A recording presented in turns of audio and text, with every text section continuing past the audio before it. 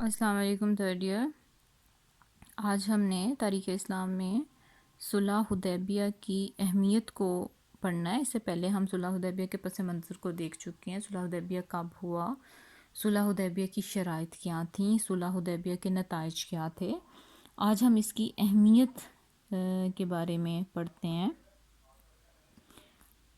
Doctor محمد حمید اللہ نے اس جو سیاسی صورتحال جو اس وقت درپیش تھی اس کا بہت ہی خوبصورت تجزیہ کیا ہے، جس میں انہوں نے صلح نامہ حدیبیہ تحریر کیا گیا تھا۔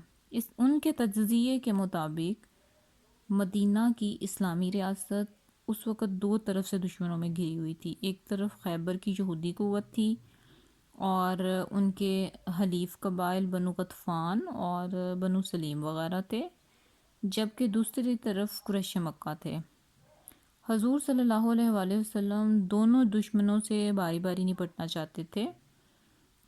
یہودی قبائل قابل اعتماد نہ تھے، نیز جائیدادیں چھوڑ کر مدینہ سے نکلے تھے، اس وجہ سے ان سے مصالحت مشکل تھی۔ مکہ کے لوگوں کو مصالحت پر آمادہ کرنا اس وقت بھی ممکن تھا اور مفید اس لحاظ سے کہ مکہ عرب کا مرکز تھا اور وہاں کے جتنے بھی رہنے والے تھے وہ قبلہ یعنی خانہ کعبہ کو مانتے تھے اور جس کی طرف منہ کر کے اور مسلمان نماز پڑھتے ہیں۔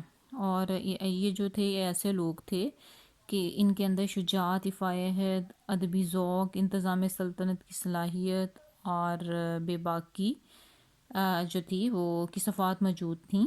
اس وجہ سے مکہ کے مرکز کو تباہ کرنے کی بجائے وہاں کے باسیوں کو اپنے ساتھ اپنا ساتھی بنا لینا زیادہ مفید تھا، اور اس وقت کچھ ایسے عوامل بھی تھے جو انہیں صلح پر آمادہ کر سکتے تھے۔ اور اس کے علاوہ جو یمامہ میں مسلمانوں کے قبضہ نے ان کا وہ دوسرا راستہ بھی بند کر دیا تھا جس پر ان کے تجارتی قافلے جاتے تھے، گویا ان کی سپلائی لائن جو تھی وہ بالکل ختم ہو چکی تھی۔ اور گزشتہ سال کے قحط کے دوران حضور صلی اللہ علیہ وسلم نے تمام مخالفتوں کے باوجود مکہ کے غربا کے لیے 500 اشرفیاں روانہ کی تھیں جن کو انہوں نے قبول کر لیا تھا، گویا اب وہ مائل وصولہ تھے۔ نیز جو ہے وہ ابو سفیان کو جو مکہ کا اصل سردار تھا، سامان، خوراک، کھجوروں وغیرہ کا ہدیہ بھیجا گیا تھا، اور ان کی بیٹی ام حبیبہ اب حضور صلی اللہ علیہ وسلم کی بیوی تھی۔ عرب روایات کا تقاضا تھا کہ اس سے ان کا دل نرم ہو جائے۔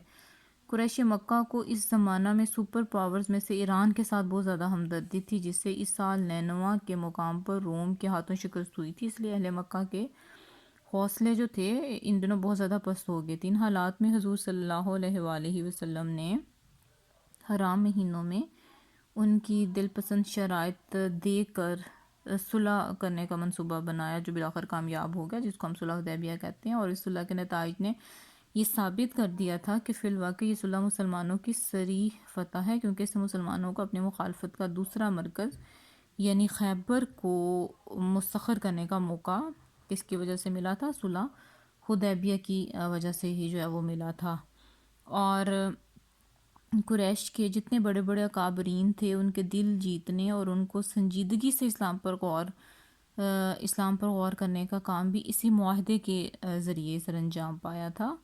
اور اس صلح کے ذریعے حکومت مکہ نے اسلامی حکومت مدینہ کو تسلیم کر لیا تھا، اور قبائل عرب میں سے جو اسلام کی طرف رجوع کرنا چاہتے تھے ان کے راستے میں کوئی رکاوٹ نہیں رہ گئی تھی۔ اور آئندہ 2 سالوں کے واقعات نے یہ ثابت کر دیا تھا کہ یہ یک طرفہ غیر معقول شرائط خود قریش کے لیے نقصان دہ ثابت ہوئی تھیں اور انہیں درخواست کر کے انہیں منسوخ کروانا پڑا تھا۔ نیز 2 سال بعد جب قریش نے اس معاہدہ کی خلاف ورزی کی تو محمد صلی اللہ علیہ وآلہ وسلم اس وقت تک اپنے دوسرے حریف خیبر کے یہودیوں سے بالکل فارغ ہو چکے تھے، اس لیے ان سے یکسوئی سے نمٹنے کی پوزیشن میں تھے اور مسلمان بآسانی مکہ پر قابض ہو گئے تھے۔ تو یہ صلح حدیبیہ کی اہمیت تھی جو کہ بڑی ہی فائدہ مند جو تھی وہ رہی ہے۔